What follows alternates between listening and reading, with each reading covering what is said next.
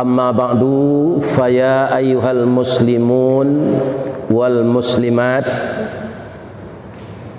hamba-hamba Allah, semoga semua kita diampunkannya,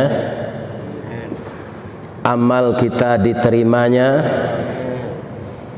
anak cucu kita semuanya dijadikan anak cucu yang saleh dan salehah. Semua rezeki yang diberikannya mendapat berkah. Amin ya rabbal alamin. Yang dimuliakan dan dihormati Bapak Pengurus Masjid Darussalam KDA Batam, bapak-bapak beserta ibu-ibu, tamu-tamu Allah yang telah dibangunkan dari tidur pada pagi ini. Ada tadi sebelum kita berkunjung melaksanakan salat subuh berjamaah, ada yang salat tahajud, salat hajat, salat witir, dan mengulang-ulang hafalan Al-Quran. Kesemuanya itu adalah amal-amal yang akan semakin mendekatkan kita kepada Allah. Untuk itu selalu Allah kita puji dalam keadaan bagaimanapun juga. Setelah kita memuji Allah, kita berselawat kepada manusia pilihan yang tiada cacat baik tubuh maupun rohaninya, dan akhlaknya dipuji oleh Allah. Wa innaka la ala khuluqin azim, dan sesungguhnya engkau ya Muhammad mempunyai budi pekerti yang agung. Semoga Allah mempertemukan kita dengan beliau. Setiap saat kita berselawat dipertemukan nanti di dalam surga Allah. Amin ya rabbal alamin. Sebagai dasar tausiah kita, pada pagi ini kita bacakan Al-Quran surat Ali Imran ayat 133. Sebelum ayat itu saya bacakan, saya sangat bersyukur kepada Allah di mana di Masjid Darussalam yang tadi kita baca setelah kita assalamualaikum, Allahumma antas salam wa minkas salam fahayyina ya rabbana bis salam wa adkhilnal jannata Darussalam. Ternyata nama masjid kita itu Darus, kampung, salam, selamat. Mudah-mudahan kampung tempat kita tinggal ini, negeri tempat kita berdomisili ini selalu diselamatkan oleh Allah sepanjang hari. Amin. Yang kedua, selama berada di Batam ini saya tidak gentar ya. Pagi ini saya dikawal oleh anak-anak muda Islam yang berseragam baju, pakai fotonya motor. Pagi tadi mulai saya lihat apakah orang ini mau balap ini, ya kan, atau terabas. Ternyata dia mengawal ustadz yang telah tua ini. Mudah-mudahan anak muda ini semuanya mendapat berkah dan ridha dari Allah. Amin. A'udzubillahi minasyaitonirrajim. Bismillahirrahmanirrahim. Wasari'u ila maghfiratin mir rabbikum wa jannatin arduhas samawati wal ard wa'iddat lil muttaqin alladzina yunfiquna fis sarra'i wad dharra wal kaziminal ghaiz wal 'afina 'anin nas wallahu yuhibbul muhsinin. Kalau kita perhatikan ayat ini, betapa cintanya Allah kepada kita. Beliau mengajak kita bersegera untuk minta ampun. Bersegeralah engkau mencari keampunan dari Tuhanmu. Apa rahasianya ini? Yang pertama sekali, kita disuruh oleh Allah bersegera karena umur kita pendek.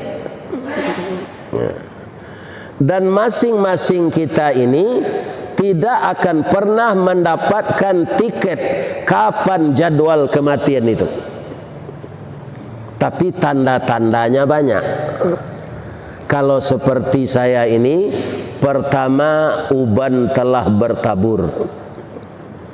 Yang kedua kulit sudah kendur. Kemudian mata sudah lamur. Dan makanan banyak lagi bubur.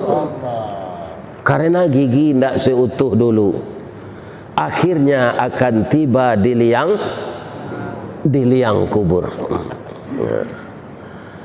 Kaum muslimin, karena pendeknya umur kita itu, maka Allah menyuruh kita bersegera bertaubat.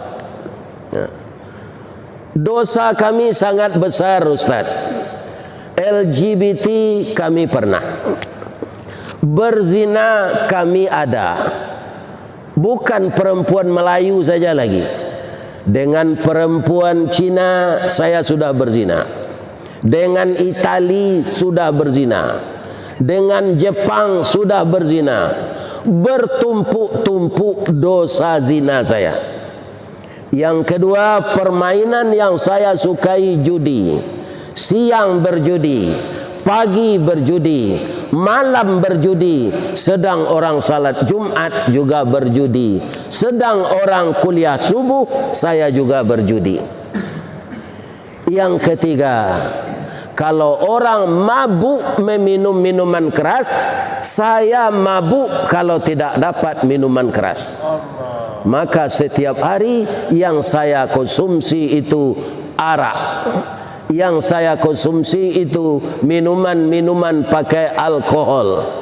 Maka setiap hari saya pasti ada mabuk. Kemudian saya selalu minta tolong kepada tukang sihir kalau ada hajat saya yang tidak sampai. Kemudian ada dosa saya lagi, menganiaya orang lain, mengambil hak orang lain. Sudah bertumpuk-tumpuk dosa saya. Bagaimana Allah akan mengampunkan? Ada keluhan orang seperti itu, Pak. Kalau ada teman kita seperti itu, beri dia sugesti, beri dia harapan. Kaum muslimin yang terhormat, kalau kita dalam salat, setelah kita berniat, kita baca takbir. Takbir itu apa? Allahu Akbar. Bana banyaknya dosa orang Minang. Berapa banyak dosa kita orang Indonesia ini, berapa banyak kesalahan kita berkumpul semuanya, sebanyak buih di lautan, belum sebesar Allahu Akbar. Jadi kita jangan putus asa minta ampun. Kaum muslimin, ada terjadi di zaman dahulu namanya Fudel bin Atta. Itu kerjanya merampok saja sepanjang masa. Tapi akhirnya dia jadi ulama. Berarti sebelum jadi ulama itu dia minta ampun kepada Allah. Karena dia orang Arab, suatu kali dia sudah mengintai rumah yang akan dirampok, rumah orang kaya raya. Saat itulah dia mulai dapat petunjuk dari Allah. Ketika dia telah masuk ke rumah itu, dia lihat suami istri yang empunya rumah itu kaum muslimin yang terhormat sedang salat tahajud berjamaah, tentu saja bacaannya dikeraskan.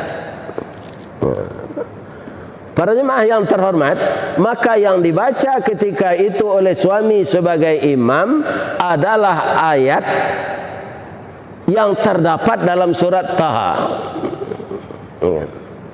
Apa bunyi ayat itu? Innahu may ya'ti rabbahu mujriman. Sesungguhnya orang-orang yang menemui Allah mati nanti dalam berdosa, fa inna lahu jahannam, maka sesungguhnya dia akan masuk ke neraka jahanam. La yamutu fiha wa la yahya. Di dalam neraka itu tidak hidup dan tidak pula mati. Nah, bagaimana itu Pak? Di neraka tidak hidup, tidak mati. Apa jawabannya?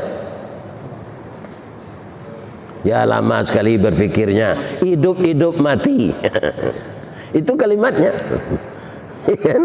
Hidup-hidup mati di dalam neraka itu. Kalau begitu dibakar mati, habis perkara, tidak ada lagi. Tapi hidup-hidup mati. Nah, karena dia orang Arab, dia tidak perlu menerjemahkan ayat itu, sehingga dia langsung mengerti. Pada saat itulah dia dapat hidayah, dia minta ampun kepada Allah. Akhirnya dia menjadi seorang ulama. Di berapapun besarnya dosa, sebanyak buih di lautan, jangan kita putus asa minta ampun. Allah dengan ini bersedia mengampunkan kita. Tandanya apa? Beliau ingatkan kita dengan seruannya wasari'u. Itu panggilannya jamak, Pak. Bersegeralah kamu semuanya yang berdosa, mohon ampun kepada saya. Yang kedua, Bapak-bapak, jadwal kematian kita tidak tahu. Jadi kalau ditunda-tunda minta ampun, dosa kita semakin bertumpuk. Setelah itu kematian datang. Semua manusia ini betapapun engkarnya, saat malaikat maut datang, dia menyesal, minta ditunda kematiannya itu. Begitu manusia ini. Sifat-sifatnya begitu. Setelah kematian datang, malaikat maut sudah hadir, dia mau bertobat. Seperti Fir'aun dan seperti Namrud. Kaum muslimin, bapak-bapak dan ibu-ibu, para remaja Islam, jamaah subuh yang berbahagia, maka setiap hari, setiap saat, setiap detik, dimanapun kita berada, kecuali dalam WC, tidak boleh di sana, makanya kita tidak lupa minta ampun kepada Allah. Allah itu, bapak-bapak yang terhormat, adalah sesuatu yang berbeda dengan seluruh alam. Beliau maha kuasa, beliau maha berkehendak. Makanya kalau kita berkehendak yang baik, walaupun selama ini kita berbuat buruk, ikhlas dan tulus kita akan diampunkan oleh Allah. Kemudian yang ketiga, kenapa kita disuruh bersegera oleh Allah minta ampun itu?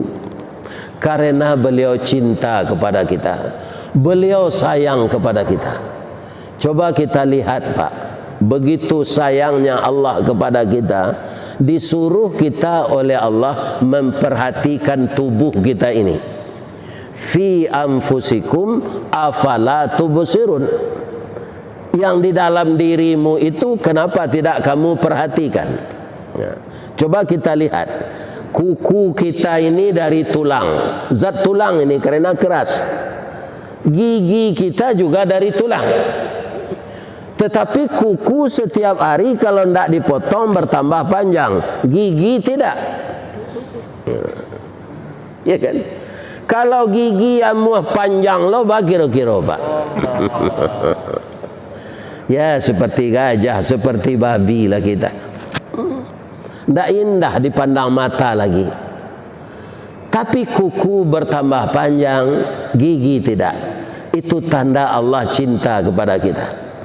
Itu contoh yang ada di dalam diri kita. Kemudian kalau kita layangkan pandangan kita ke alam semesta ini, banyak contoh-contoh lain. Tandanya Allah cinta kepada kita. Para jemaah, kemudian rambut kita juga sebangsa bulu.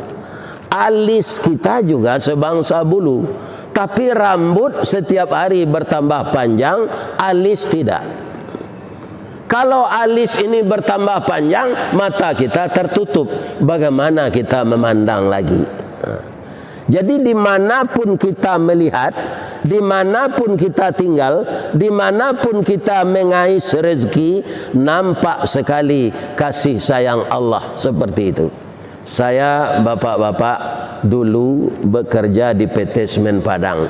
Dimulai semenjak tahun 74, pensiun tahun 2008. Kaum muslimin para jemaah, moto dari Semen Padang itu kami telah membuat sebelum yang lain memikirkannya, sehingga dia semakin berkembang. Bapak-bapak yang terhormat, begitu banyaknya nikmat Allah ya, maka kita jangan melupakan itu. Kita harus segera bertobat dengan dosa kita. Apa bahannya di PT Semen Padang itu? Ada bukit namanya di sana Bukit Karang Putih. Bahasa Pariamannya limestone. Ya kan? Ya kan? Perekat batu. Itu agak 200 tahun lagi tidak akan habis. Berdirinya pabrik itu dan beroperasinya di zaman Belanda tahun 1910. Pabriknya manual, sekarang tidak dipakai lagi, hanya jadi museum. Hanya 5 pabrik baru yang modern, Indarung 2, 3, 4, 5. Ya kan? Yang akan dicipta, yang akan akan dibikin semen itu, bahan utamanya itu limestone itu. Ya kan? Ada bahan kedua namanya batu silika.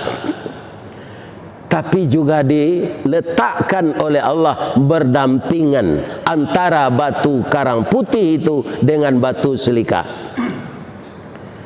Kemudian campuran yang ketiga namanya tanah merah. Sama dengan tanah yang akan dibikin untuk batu bata ini. Tanah di sekitar Indarung itu juga itu.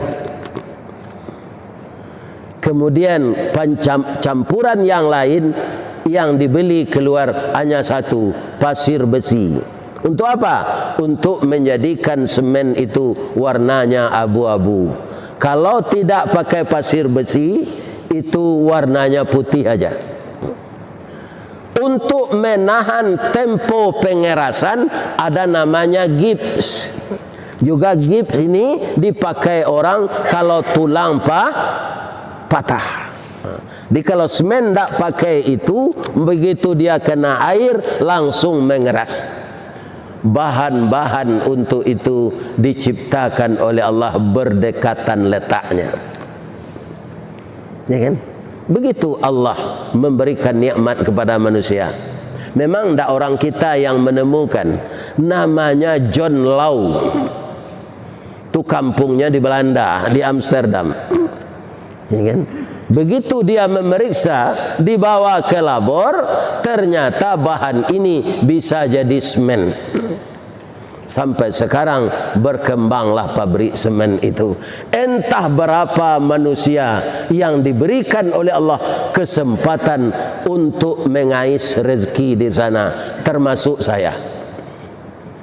5 anak saya Pak jadi sarjana, itu semuanya gajinya sebagai karyawan.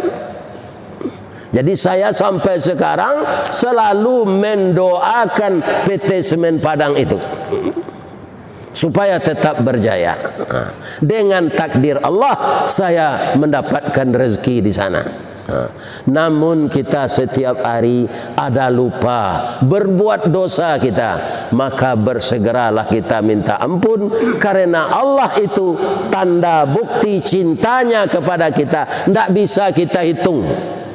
Wa in ta'uddu ni'matallahi la tuhsuha. Bapak-bapak, berapa ilmuwan di dunia ini, berapa ahli matematik, berapa ahli fisika, berapa ahli biologi, kesemuanya itu mereka berkumpul, mereka bikin mesin hitung untuk menghitung nikmat Allah di dunia yang fana ini. Mereka tidak akan mampu, kata Allah. Kenapa? Wa ma utitum minal ilmi illa qalila. Tidak kami beri manusia itu ilmu kecuali sedikit. Jadi kalau kita menganggap enteng dosa, Pak, dosa kecil yang bertumpuk itu juga berubah menjadi dosa besar. Maka jangan ditunda minta ampun itu, karena Allah sangat cinta kepada kita.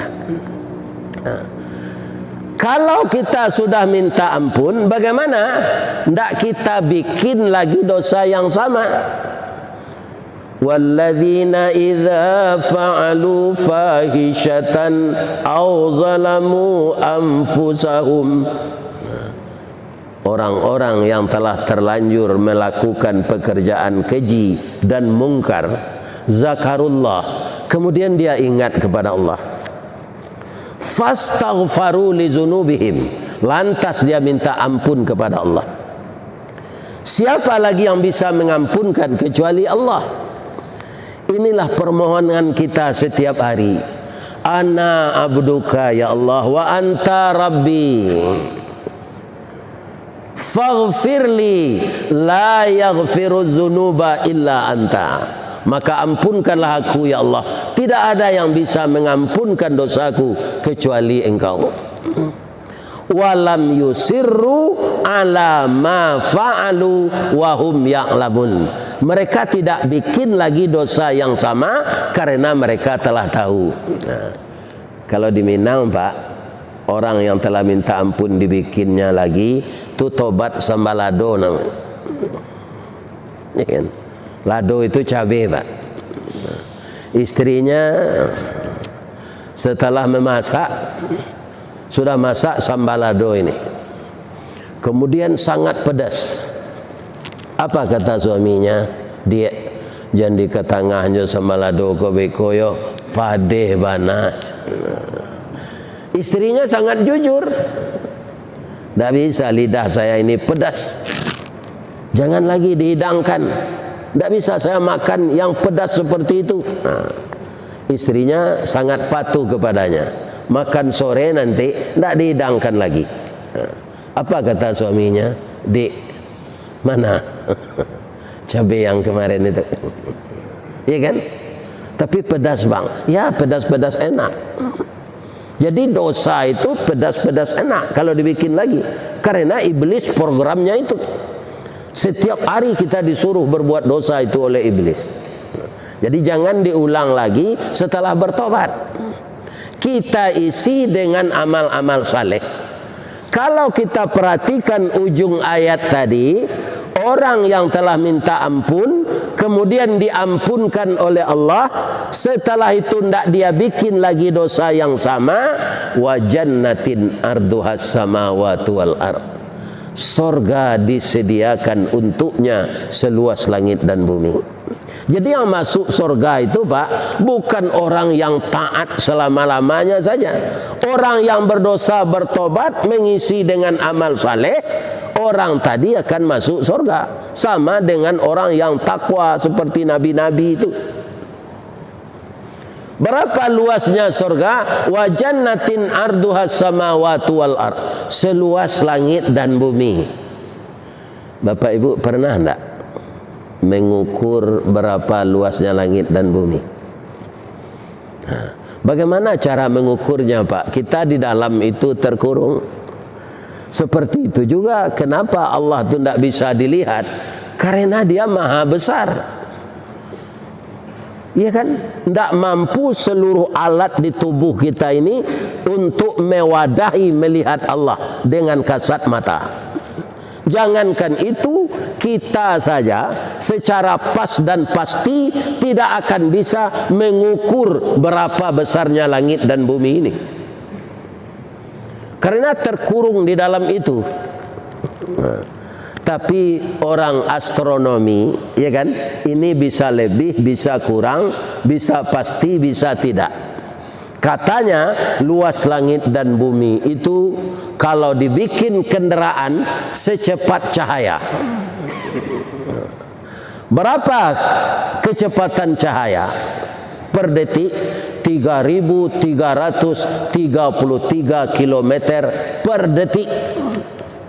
Bukan per kilo, bukan per jam, per detik. Iya kan? Lampu kita di masjid ini, Pak, kalau sekarang dipadamkan maka gelaplah masjid ini. Tapi begitu dihidupkan, ya kan? Apakah berangsur-angsur dia menerangi masjid ini? Tidak. Langsung terang ke sana sini. Begitu kecepatan cahaya. Dibikin kendaraan secepat cahaya itu, kemudian disuruh mengelilingi alam semesta langit dan bumi ini, baru dia bisa menyelesaikan selama 30 miliar tahun. Kalau manusia disuruh jadi sopirnya bagaimana nih? Ya kan?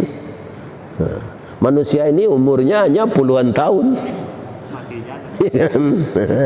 Iya kan? Sedangkan lamanya mengelilingi langit dan bumi itu 30 miliar tahun. Begitu luasnya. Seluas itu pula sorga lebih kurang. Wa jannatin arduhas samawati wal ard. Isinya tidak sebanyak isi neraka. Kenapa? Qalilan ma tashkurun. Sedikit sekali di antara manusia ini yang mau bersyukur, Pak. Mudah-mudahan jamaah Darussalam ini dikelompokkan oleh Allah dengan penduduk surga yang sedikit itu. Amin. Ya kan? Orang yang tidak mau bertobat itu orang apa namanya? Orang sombong. Ya kan? Saya contohkan dengan bahasa Minang ya Pak, nanti saya terjemahkan ke bahasa Indonesia. Bara banyaknya sombong tuh. 3 Pak. Pertama sombong padiampo, kedua sombong sanduk dukuang, ketiga sombong kudo wendi. Ya kan? Bapak-bapak yang dari Minangkabau langsung ngerti itu. Nanti saya terjemahkan Pak. Kalau padi bahasa Indonesianya juga padi. Ampo itu tidak ada isinya, kulitnya aja. Iya kan? Sombong padi ampo. Bagaimana padi ampo kok di tengah sawah? Kalau padi berisi dia tunduk Pak. Kalau padi amponyo mencorongak kate. Artinya dalam bahasa Indonesia membanggakan diri. Saya tinggi semampai. Kamu itu pendek dan bongkok. Ya kan?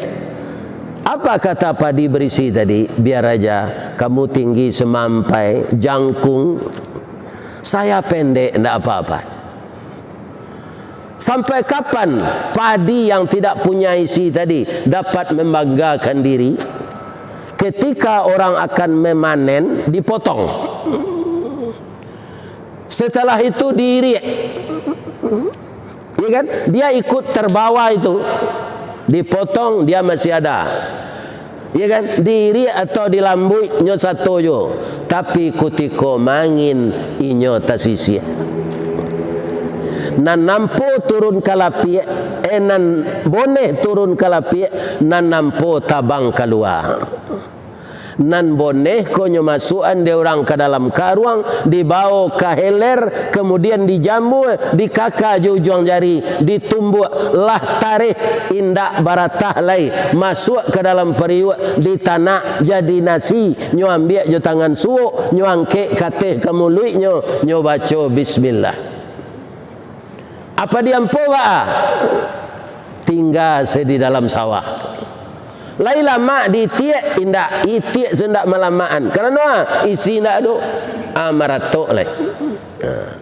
Iku ado pantunnya ratok padiampo. Bagaimana bunyinya? Lapih nandari pasa baso andak menjalang simpang canduang kakida kapandakian malang bana jadi padiampo niek nak samo masuk karuang di sisi angin di tampian. Saya terjemahkan itu dulu ya Pak. Ya kan?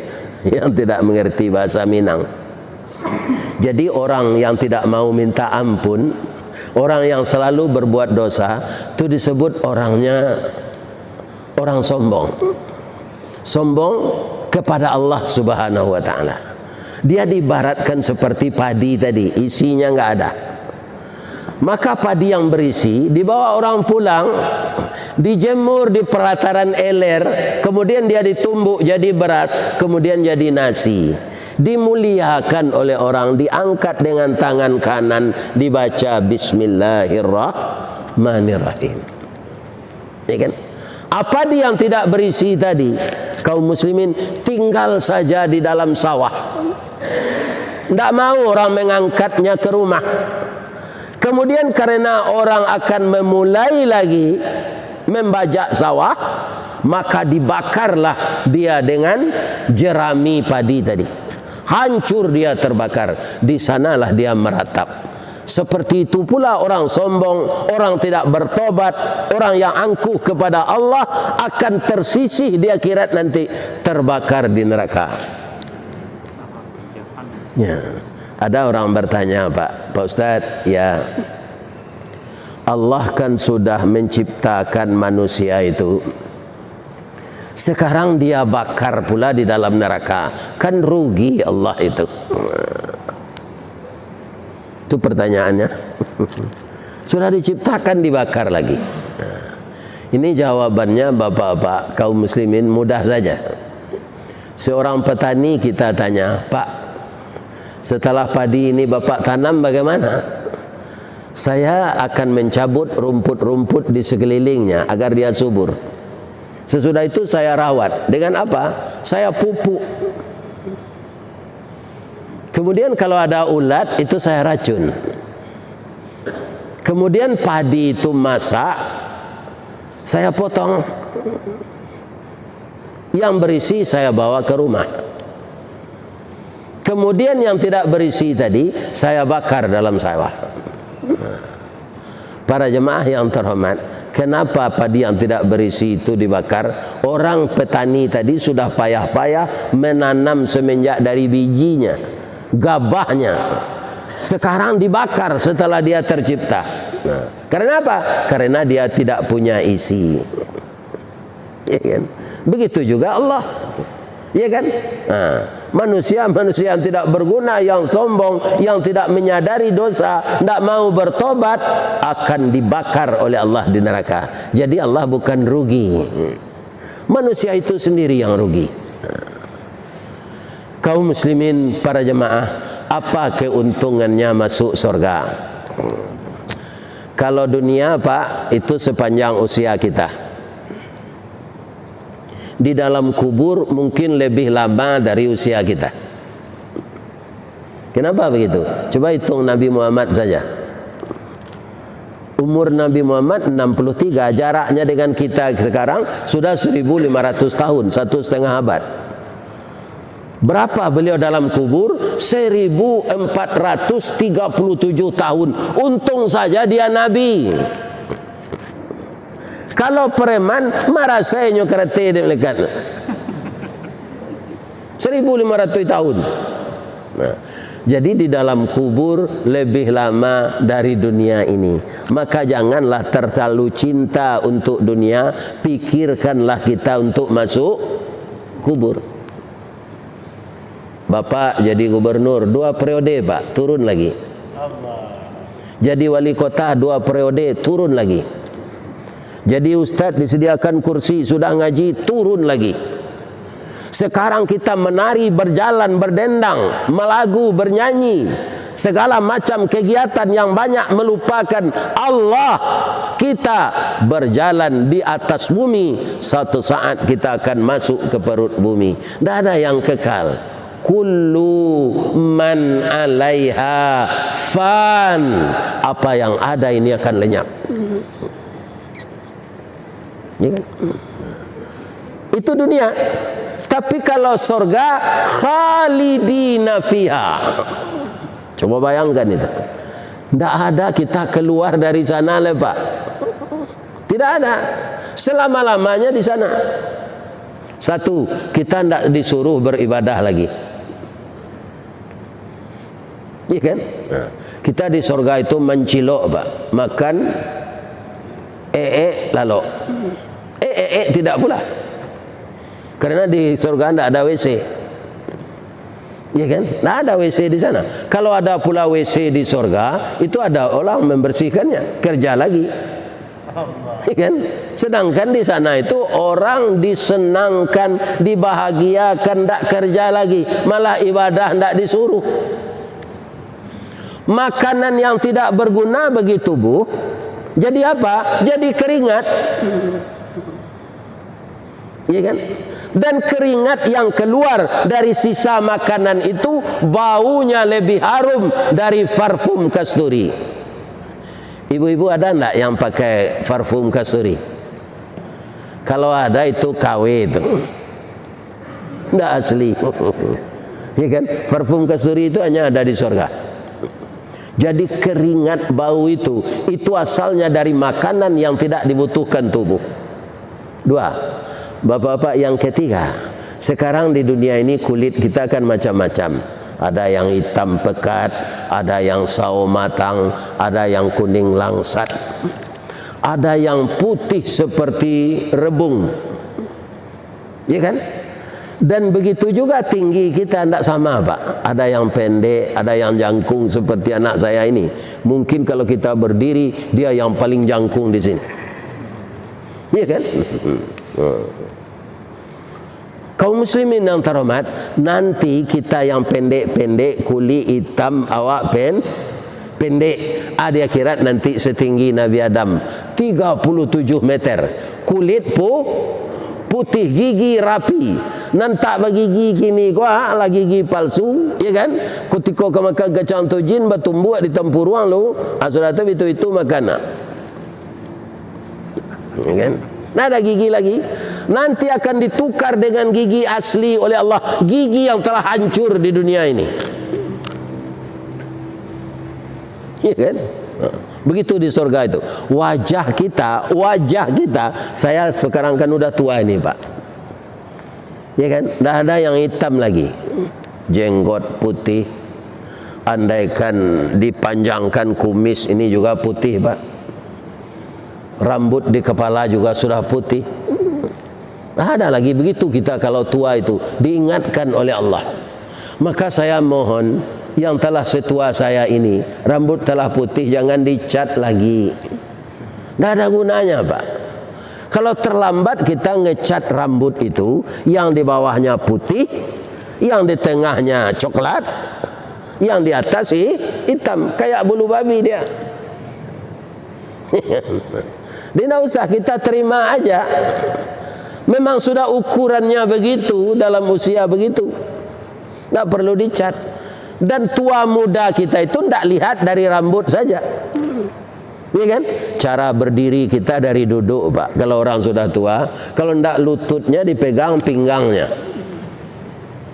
Jadi setelah tua ini, Pak, yang sakit itu pinggang, lutut.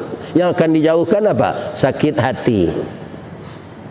Sudah tua jangan ada sakit hati lagi. Kalau istri marah, sabar aja, Pak. Ya kan? Jangan dilawan. Ya. Kalau ibu-ibu kena marah oleh suami, jangan dilawan. Dalam bahasa Minang, kalau istri itu disebut kau, tapi kalau dalam bahasa Medan biasa saja. Tapi dalam bahasa Minang, ya kan, kau ke istri itu kasar. Apa kau itu kecil suami kawa, sabar sebu. Apa lah meninggal ada januda sabu yo berdosa. amak kau, amak pai baralik baru dah, ku ado pasan udah awak sampai ambil koi. Pandi kau, ambola PSD nyo dah udah lagi sarjana aja lamboy. Gilo kau, yo malang na udah dapat bini gilo tu alai. Jangan dilawan. Jadi kalau suami itu kasar kepada kita, kata-katanya tidak enak, jangan kita balas dengan kata-kata yang tidak enak pula. Iya kan? Sabar.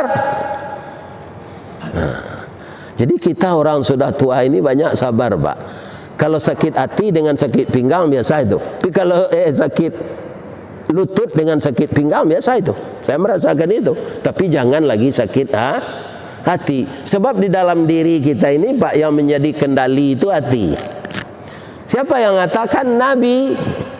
Inna fil jasadi mudghah. Di dalam tubuh manusia itu ada daging gumpalan. Iza salahat salahal jasadu kulluhu. Kalau baik dia akan baik seluruh tubuh. Wa iza fasada fasadal jasadu kulluhu. Kalau rusak dia rusak seluruh tubuh. Ala, ketahuilah, wahyal qalb, dia itu hati. Kalau ada orang gemuk, Pak, subur tubuhnya, nih teman kita itu gemuk ya sekarang ya. Iya benar. Kenapa? Hatinya senang. Kalau ada pula teman kurus tinggal kulit pembalut tulang, Bu, teman kita yang sama majelis taklim itu udah kurus ya, Bu. Iya, dia makan hati. Kenapa makan hati? Suaminya nikah lagi. Ada tetangga kita sudah berkali-kali masuk penjara, tidak berubah perangainya. Iya, dia keras hati. Hati, Pak. Kemudian kita menghadiri pesta. Ternyata yang jadi istrinya itu perawan ting-ting, masih muda, 20 tahun. Suaminya setua saya ini, umur 70 tahun. Kenapa dia mau bersuami tua itu? Hatinya kanai. Hati den kanai kaba aju. Nah, jadi hati. Maka hati ini yang kita tata. Kalau hati kita tertata, kita sadar bahwa kita banyak dosa. Orang yang banyak dosa akan segera minta ampun. Apalagi jatah surga itu, Pak. Wajah kita di sana sama dengan pemuda berumur 25 tahun.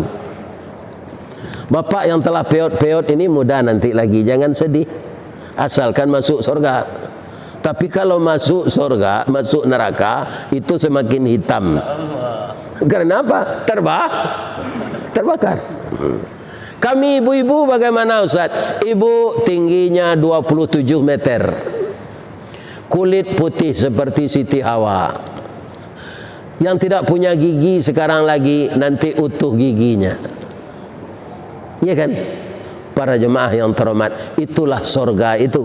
Jadi kalau kita bayangkan kemanapun bapak yang banyak punya uang, ke kota-kota di dunia ini berdharma wisata, kota itu sudah dikunjungi, kota itu di negara sana sudah kita lihat.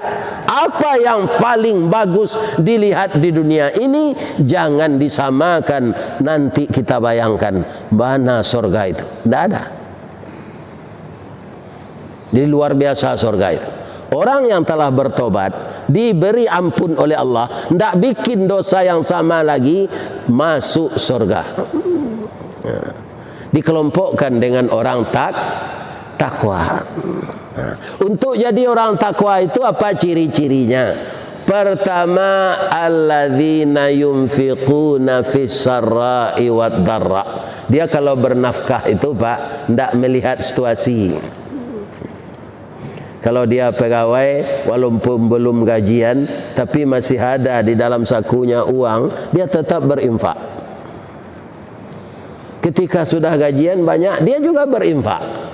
Karena dia tahu amal yang disukai Allah itu amal yang terus menerus, daimun, ya, yang tidak terputus-putus. Ya kan? Itu.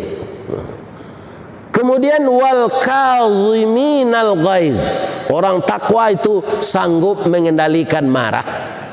Dia bisa berbuat adil, memutuskan suatu perkara walaupun dia sedang marah. Tual kazimin al ghaiz. Ada orang yang marahnya bapak-bapak bukan main. Periuk juga di rumah melayang. Kursi dirobek-robek dengan pisau. Istrinya digampar, ya kan? Anaknya ditendang, kaca rumah dipecahi, padahal uangnya sudah banyak habis. Ini orang marah tidak terkenali, tidak bisa jadi orang takwa ini. Kemudian wal afina anin nas, pemaaf dari kesalahan manusia.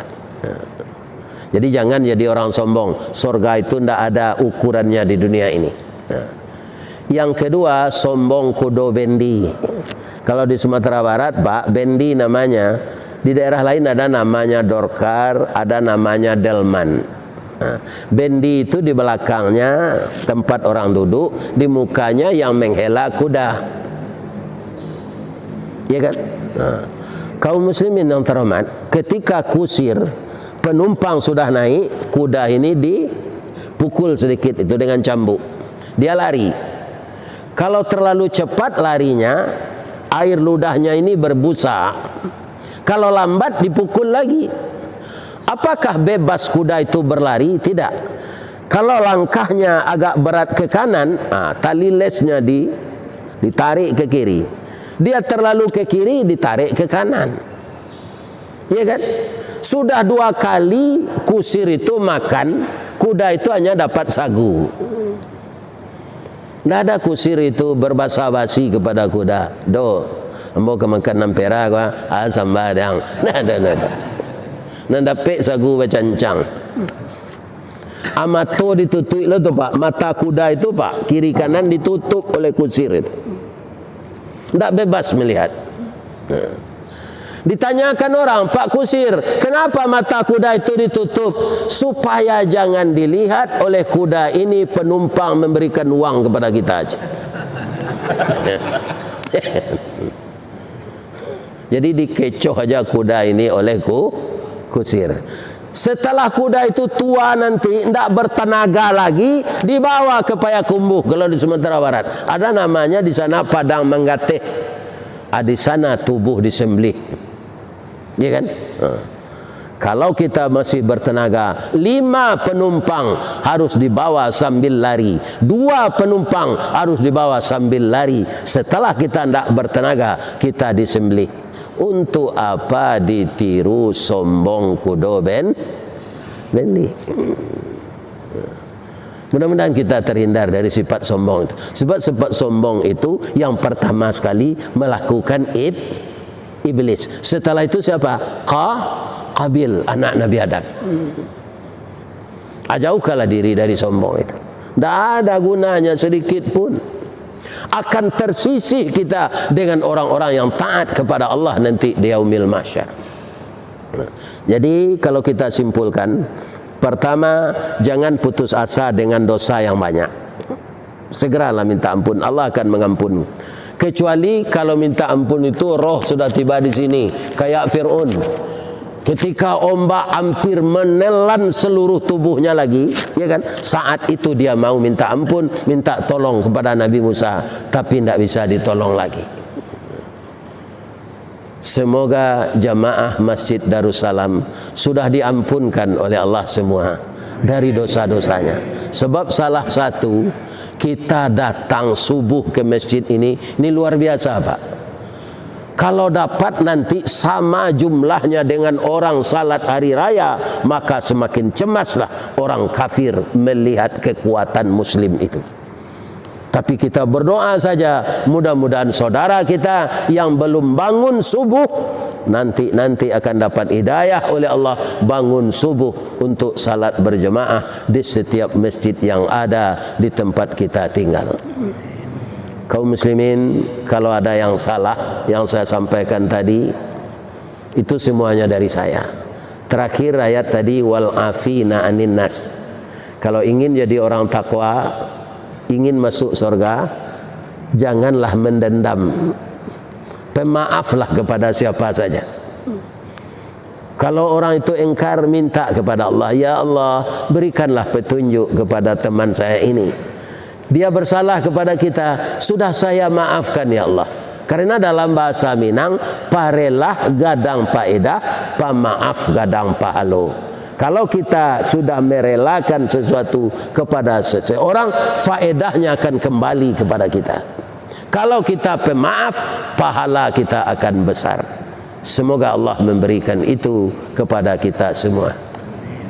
Subhanaka Allahumma Rabbana wa bihamdika Allahumma ghafirli. Ashhadu an la ilaha illa anta astaghfiruka wa atubu ilaih. Banyak maaf. Assalamualaikum warahmatullahi wabarakatuh.